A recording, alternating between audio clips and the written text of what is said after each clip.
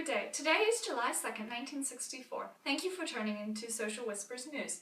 I am Kat Theodore, and this is my co-anchor, Veronica Steele. Down south, deep in the heart of Mississippi, Freedom Summer is deep underway. What is Freedom Summer, you ask? Well, if you don't know, you must be living under a rock. But allow us to enlighten you today. It is a civil rights movement that began in June. Its goal is to get as many African American voters registered as possible. Technically speaking, African American males have been able to vote since the 1800s with the passing of the 15th Amendment, but they were unable to actually go vote due to fear for their lives from the white supremacists. Now to our live correspondent, Derek Owens, who will give us the full scoop. Thanks, Veronica. I'm here in Philadelphia, Mississippi, where there is a voting registration drive.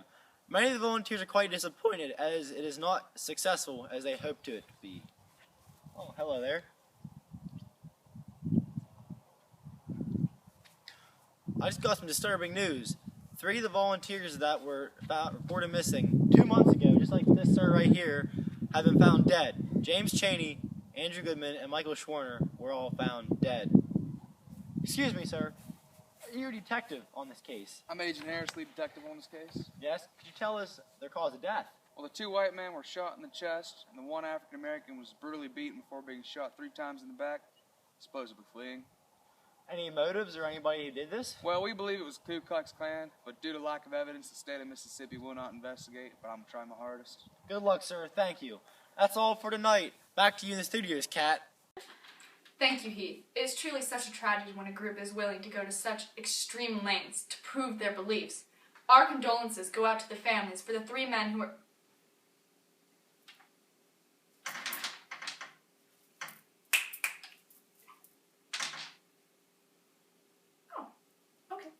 Breaking news from Washington, D.C., where Lyndon Johnson has just stepped out to announce the Civil Rights Act. From the moment that John F. Kennedy was elected president, he wanted to do something about the inequality that faced our great nation. From the moment he made the Civil Rights Bill proposal, And he wasn't asking it to marry him, folks. Mrs. Kennedy wouldn't allow that. as I was saying, he faced great opposition, and he couldn't get to move anywhere in Congress. But due to Kennedy's untimely assassination, Lyndon Johnson was left behind to pick up the pieces. Well, he's put them together now. Using Kennedy's memory to fuel the civil rights flame, he was able to make some progress apparently in Congress. Now to our live correspondent, Heath Kendrick, who is standing outside the U.S. Capitol building in Washington, D.C. Thanks, Veronica. I'm here at the Capitol building, where Lyndon Johnson has just emerged on the balcony. The crowd is in a hush waiting for him to deliver his famous speech. Today is an unforgettable day in history. My dear companion can now rest in peace. I am proud to announce that John F. Kennedy's dream of equality, whether it is race, religion, gender, or nationality, became reality. Congress has just granted their stamp of approval onto the Civil Rights Act of 1964. God bless America! Yeah! Yay! You heard it here, folks. Now back to you, Kat. Quite frankly, I'm astonished at the Civil Rights Act passing. What about you, Veronica? I most certainly agree. I'm just glad that the civil rights activists were so patient and that they accomplished their goal in the end. I knew that our nation would be able to adapt to the changing times. Yes. Well, now we turn our attention to global news. As you, the American public, know that relations with Vietnam have been a little sketchy for a while. And this month, in fact, marks the 10-year anniversary of the split in Vietnam. That split was created during the Geneva Accords that took place in Geneva, Switzerland, 10 years ago. Alright, when that happened, Vietnam was agreed to be split down the 17th parallel into North Vietnam and South Vietnam. From that moment forward, the United States tried very hard to stay out of South Vietnam's fight against the communist North Vietnam. However, as a term coined by Eisenhower, we just couldn't help ourselves, and we got in to prevent the domino theory.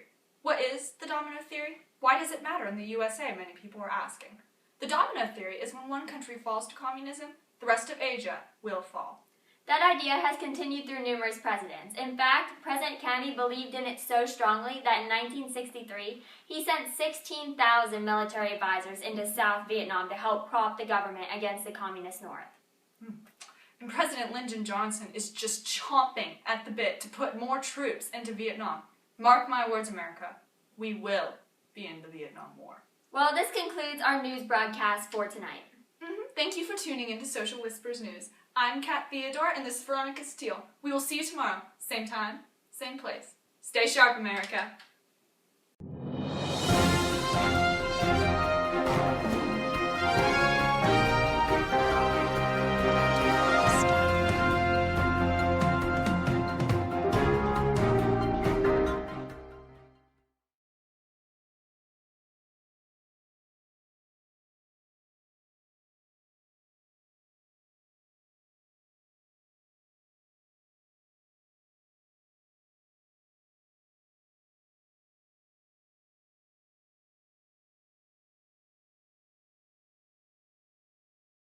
I'm here in Philadelphia, Mississippi, where there is a Freedom Summer voter drive. Although the volunteers are quite disappointed as it's not successful as they hoped. Please look at that sad face.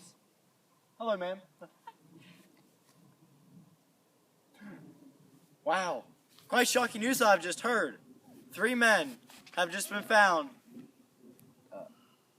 They just been found, okay.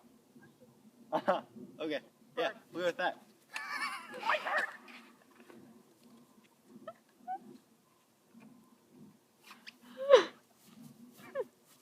Caitlin, did you forget what you were doing?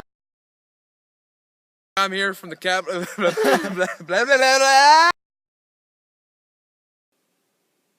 Thank you, Heath. It is truly such a tragedy when a group is willing to go to such extreme It's Derek. Breaking news from Washington, D.C. Lyndon Johnson has just stepped out to talk about the Civil Rights Act. From the moment that John F. Kennedy was first elected president, he had wanted to do something about the inequality that faced our great nation.